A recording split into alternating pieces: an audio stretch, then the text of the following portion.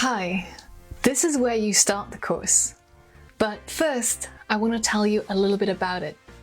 Because this is more than a course. It's a journey. And it's a challenge. A challenge to yourself. I often hear people say, I want to learn to code, I want to become an app developer, I want a new job, I want to build my app. But without action, those words are meaningless. But you are different. I know it. Even though I don't know you personally, I know you purchased this course and you haven't left it at that. You've made a start, and success comes to those who show up, and you showed up today. I know you can do this.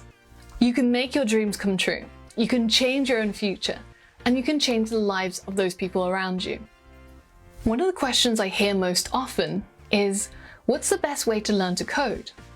Well, here it is. It's the 100 Days of Code Challenge. Code for at least an hour over 100 days. You're practicing a muscle to get strong at coding.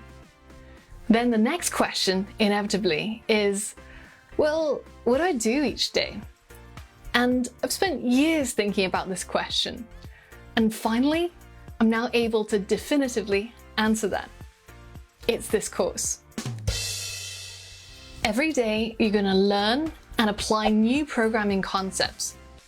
After 100 days of repeating this process, not only will you have covered the entire professional Python curriculum, you'll also be so good that they can't ignore you.